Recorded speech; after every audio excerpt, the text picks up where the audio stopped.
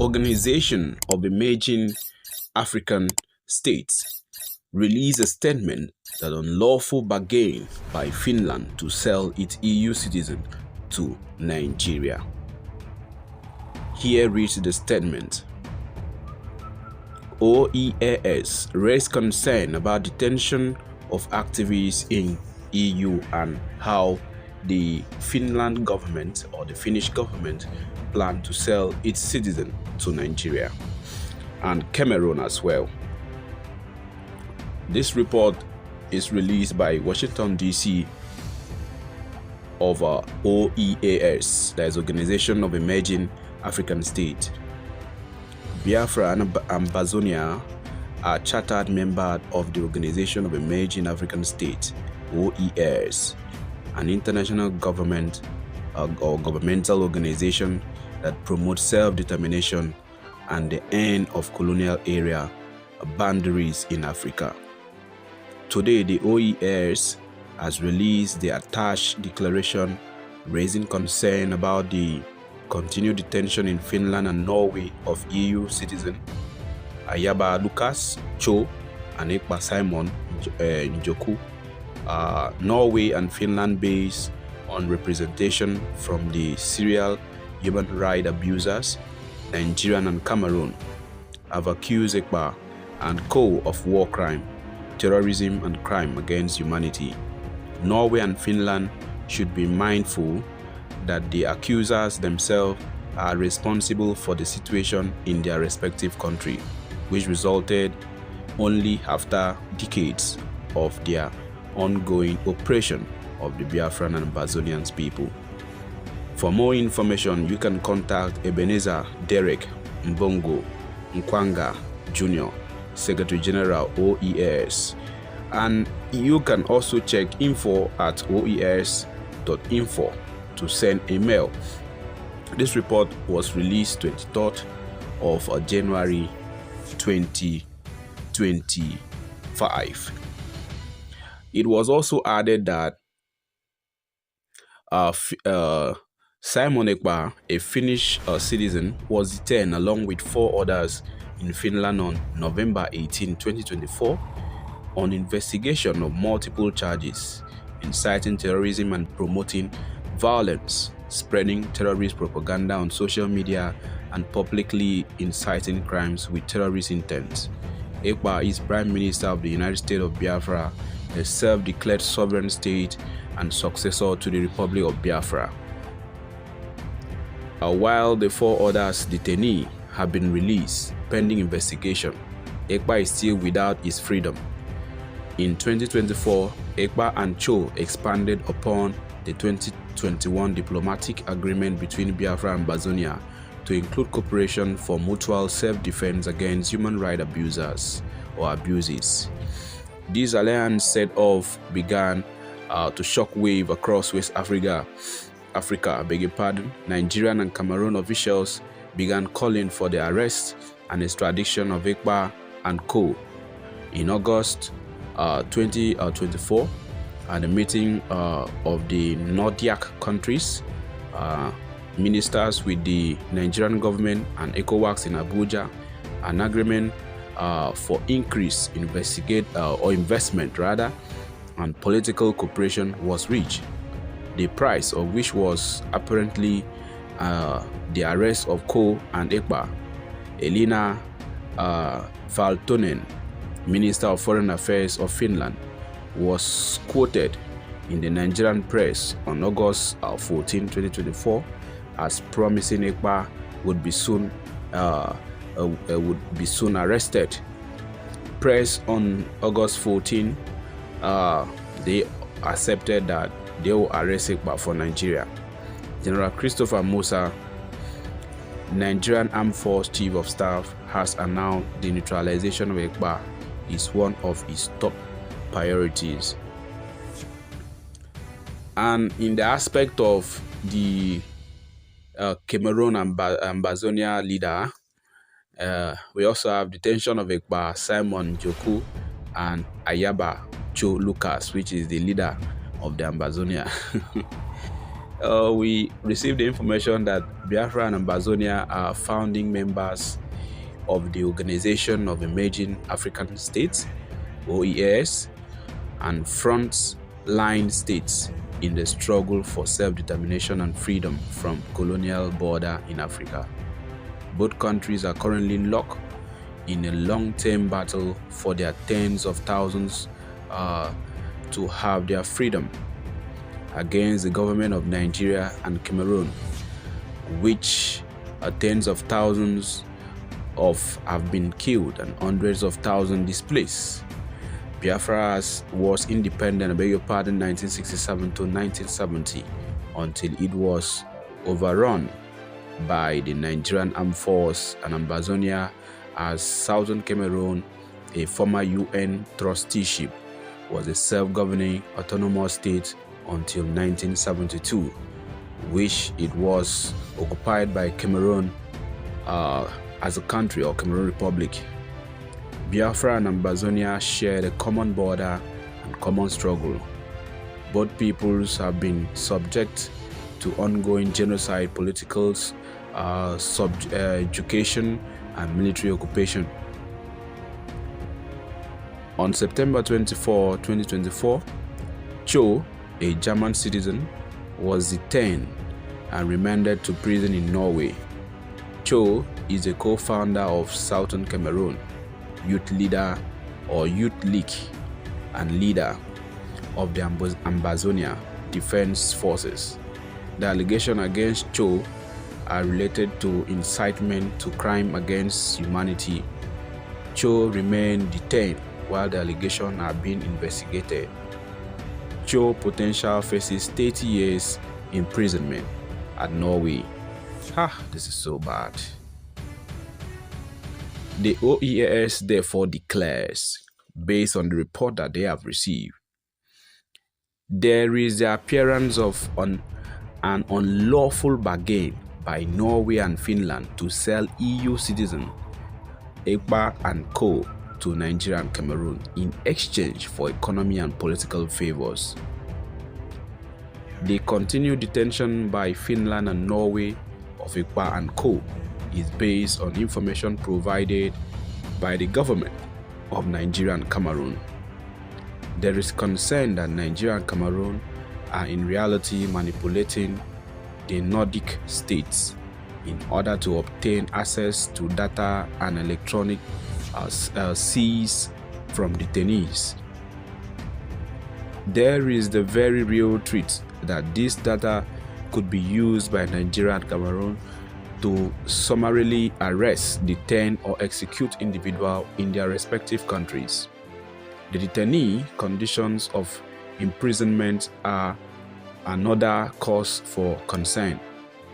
The circumstances of the arrest, stigmatization, and harsh condition of solidarity, confinement at remand facility may violate EU norms according to information independently obtained by OEAS investigators. OEAS therefore resolved. Norway and Finland, based on representation from the serial human rights abusers Nigeria and Cameroon, have accused Ekpa and co. of war crimes, terrorism, and crime against humanity. Norway and Finland should be mindful that the accusers themselves are responsible for the situation in their respective countries, which resulted only after decades of their ongoing oppression of the Biafran and Ambazonian people. OEAS further reminds the government, of Norway and Finland that the applicable provisions of the European Convention on Human Rights, the Treaty on the European Union, the International Covenant on Civil and Political Rights, ICCPR, and the International Covenant on Economy, Social and Cultural Rights, ICESCR, apply to all EU citizens, including co. and Ekpa. To the extent any evidence is discovered in the course of investigation that indicates war crime, genocide, and crime against humanity committed by the agents and armed forces of Cameroon and Nigeria, the matter should be referred to the International Criminal Court, which has the appropriate level of expertise, to evaluate such evidence in solidarity with the accused. This information is signed by Dr. Jonathan Levy, OEAS Chief Administration Officer and Chief Legal Counsel. You can send your information at info@oeas.info. This is signed by Dr. Ebenezer Akwanga, OEAS Secretary General. You can also send your mail to info@oeas.info. Thank you for watching. Please don't forget to share this video, like this video, comment on this video. Lastly, subscribe and join our community. Thank you for watching. See you in our next video. Bye for now.